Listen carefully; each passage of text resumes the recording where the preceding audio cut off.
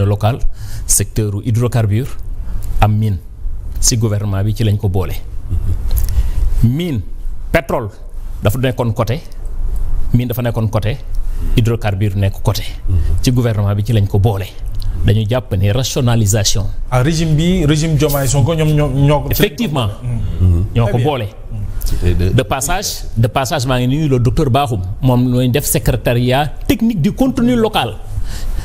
doyen wax na ko léegi contenu local bépp entreprise de droit sénégalaise nekk dans le secteur pétrolier ou bien dans le secteur minier ku inscrire wul ci yow la ñëpp xam nañ dañu war a inscrire au niveau de cette plateforme.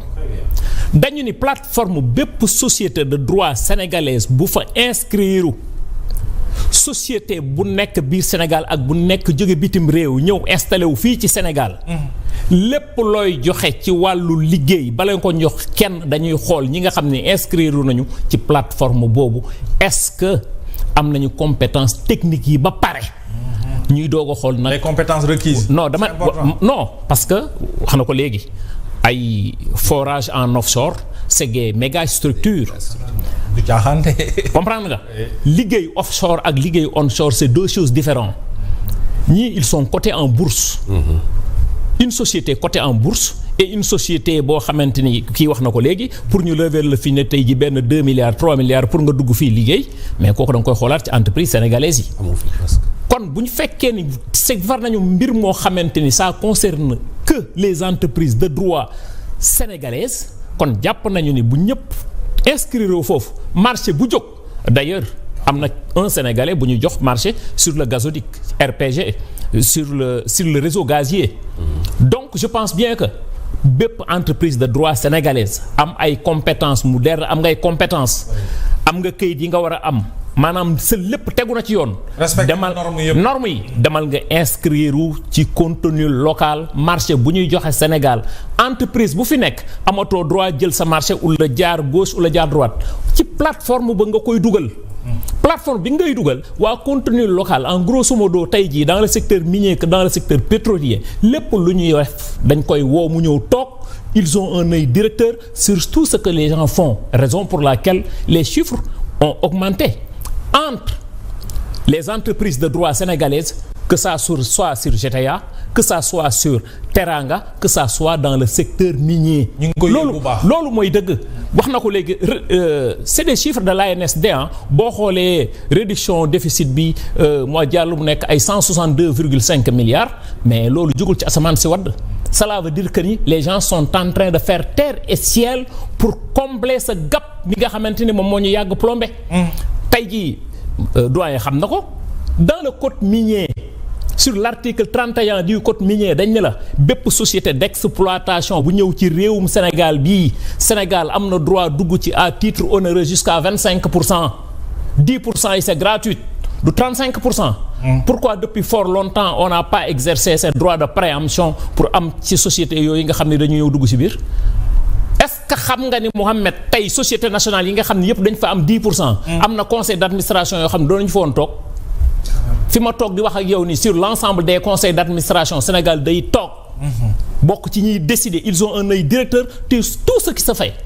de passage je ne peux rien dire nag en parlant de transparence te vraiment félicité wu ma encouragé wu ma le ministre Birame Souleye Diop. oui le ministre. c'est la première fois dans l'histoire je dis bien dans l'histoire politique du Sénégal jour par jour je ne parle pas de moi je dis jour par jour.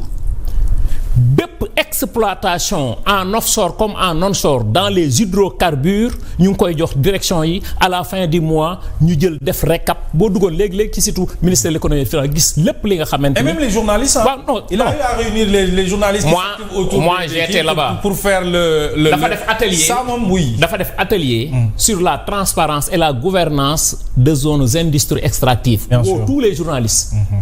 malheureusement jotuñu ko teg mais dama koy indi teg ko fii. Le ministre leur a dit il y a pas de sujet tabou. Demandez tout ce que vous avez à demander lépp loo xam ne dangeen koo soxla ci ay réponses dinañ leen ko jox parce que loolu mooy dëgg loolu mooy yoon. et sur place il y avait tous les directeurs yi nga xam ne moo concerné le secteur pétrolier. énergie lépp loo xam ne énergie loo xam ne mine la c'est vrai oui. ñépp a ngi toog. bien sûr mu ne question bu ngeen bëgg. directeur yaa ngi nii laaj leen ñu jox leen les bonnes informations. Oui. Il y a pas de sujet tabou parce que nous devons communiquer. Sur ça. kon ñun ci côté boobu. suñu xel dafay dal ci côté transparence am na benn politicien bu ko doon wax ni dafay mel ni dañu bëgg prix Nobel de la sincérité. bien sûr nous voulons le prix Nobel de la sincérité. loolu mooy wax dëgg. kon yàlla nañu yàlla tënk ci wax dëgg. suñu askan ak njub. c'est important beneen bi ci des. toujours maa ngi dégg ñu koy wax. diplomatie. defe naa loolu moom c'est à applaudir parce que bañ nañ ko sax ñoom lan lañ leen di xase. ñi leen di xas amuñu lu leen di xase xam nga lan lañ leen di xase sous région bi ngeen topp. sous région bi ñu topp parce que ñoom ñoo nekk en contact direct ak ñoom. kon jàpp nañu ni li ñuy def ak Mauritanie ñaata yoon lañ def voyage Mauritanie diggante le président et le premier ministre. oui. ñaata yoon la dem Mauritanie. ñaata yoon lañ fi dem Guinée. rencontre yi am entre les deux présidents même. non c'est juste pour vous dire que. nous avons ça à l'œil. parce que xam nañu on ne peut rien gis nga Mohamed. benn Sénégal benn jubbu rek ci bopp bi bëgg ne da ngay dem. mënul nekk. wallaay États-Unis réussir ko moo indi 53 états yooyu. Union européenne mënu ko woon réussir parce que loolu moo indi 15 états yi foofu ñun tamit ci sous-région bi. il va falloir qu'on puisse s'unir nos forces pour egg ci loolu nga xamante ni moom mooy développement boobu. bien sûr léegi pour dalal xel tuuti. wax na ko léegi nee na les premiers barils jàpp nañu ni le premier baril mu ngi ñëw le 11 janvier 2024. les premiers barils. ñëpp xam nañu nous avons signé un contrat de partage de production d'hydrocarbures ça c'est le modèle de contrat que nous avons signé ok. oui.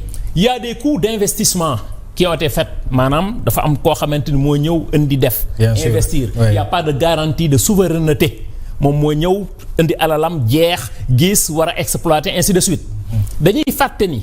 ñun nous avons 18% ne wax nga ko léegi. waaw yow yaa ni dañ fa fekk ay contrats. contrats yi ñu fekk état continuité la. est-ce que tu sais que sur les 18% je dis bien sur les 18% yi nga xam ñun ñoo ko moom xam nga les 8% du xaalis boo xam ne dañ koo jël ñun nii teg ci taabal ji. du xaalis bu teew nii. disponible nii non. L'État du Sénégal à travers Petrosen a octroyé des prêts sur l'ancien régime te loolu c'était en janvier 2020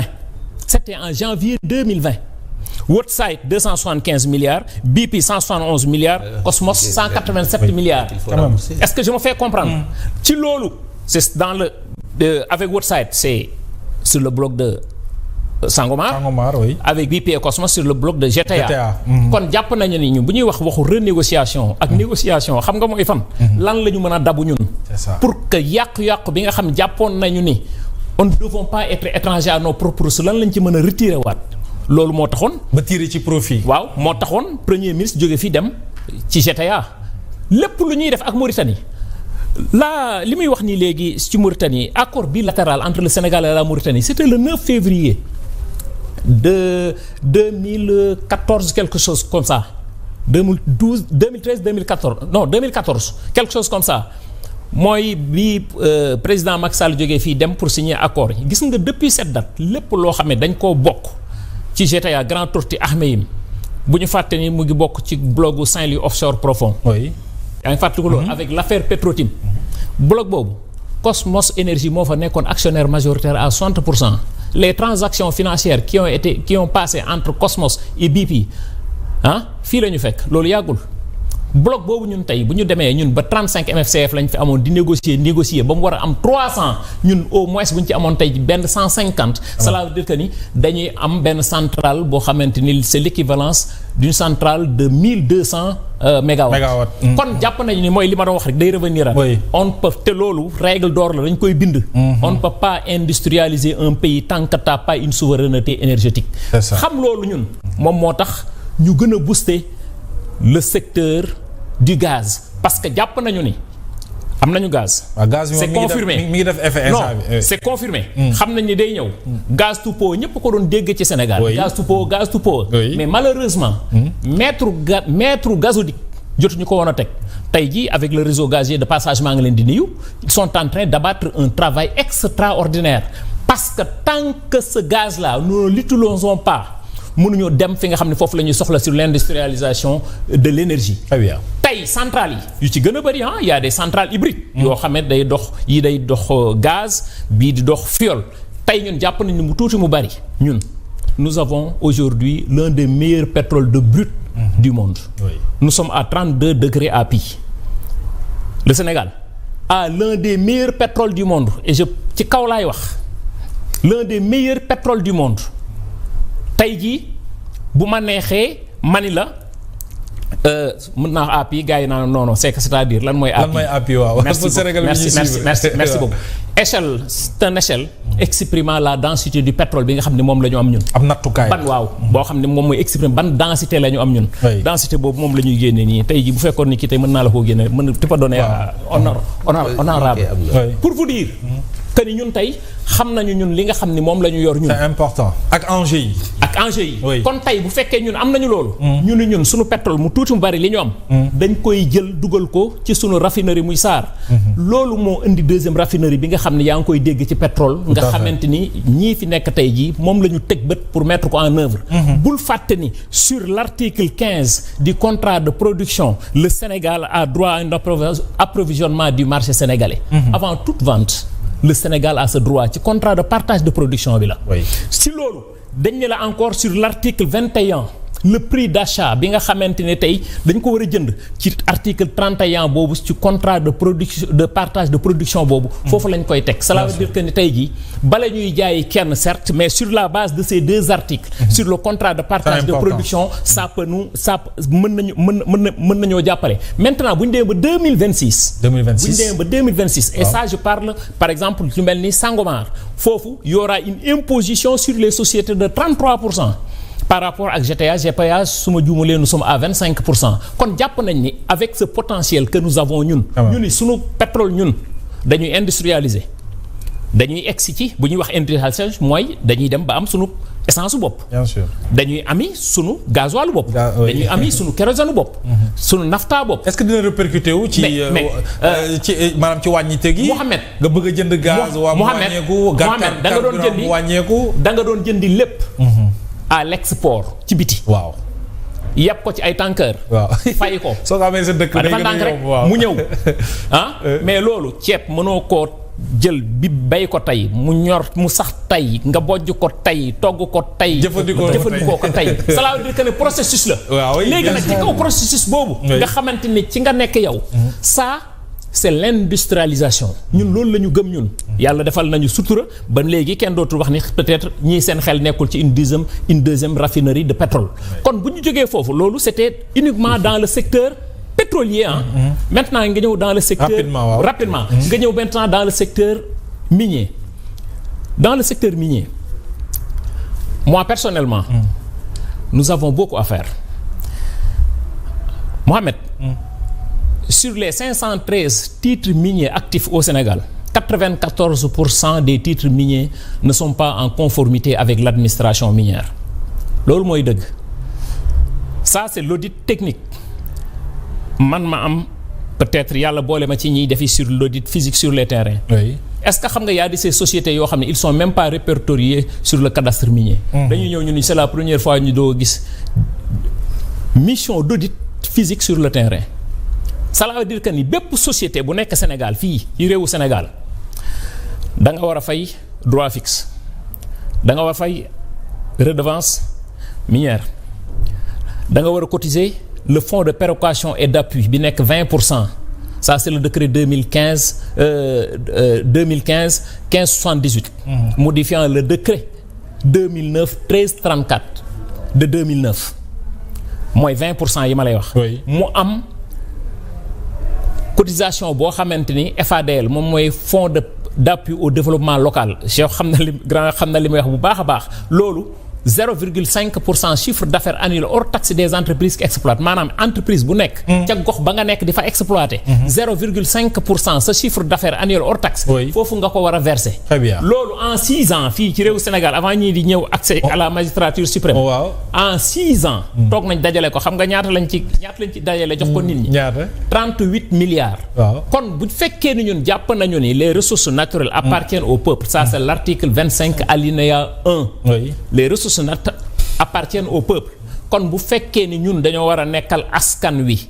dañuy waxtaan ak askan wi. c'est important. kon ñi nga xamante ne. waaw tey ils sont dans le secteur minier. ñoo xam ne ils sont kon ñi nga ma jeexal foofu. ma daaneel foofu ñi nga xam ne kon dañu nekk dans le secteur.